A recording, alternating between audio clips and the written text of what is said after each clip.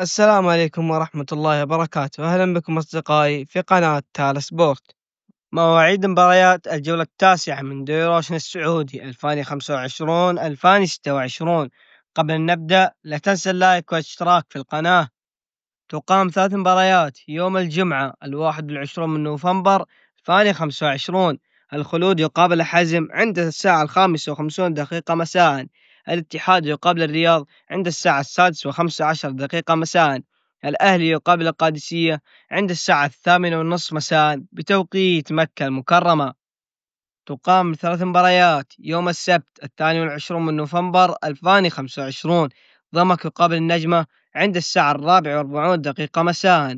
الاتفاق يقابل الفيحاء عند الساعة 5:25 مساء. الهلال يقابل الفتح عند الساعة 5:40 مساء بتوقيت مكة المكرمة. تقام 3 مباريات يوم الأحد 23 من نوفمبر 2025. الأخدود يقابل الشباب عند الساعة 5:05 مساء. تقام مباراتان بنفس التوقيت. النصر يقابل الخليج والتعاون يقابل النيوم عند الساعة 8:30 مساء في توقيت مكة.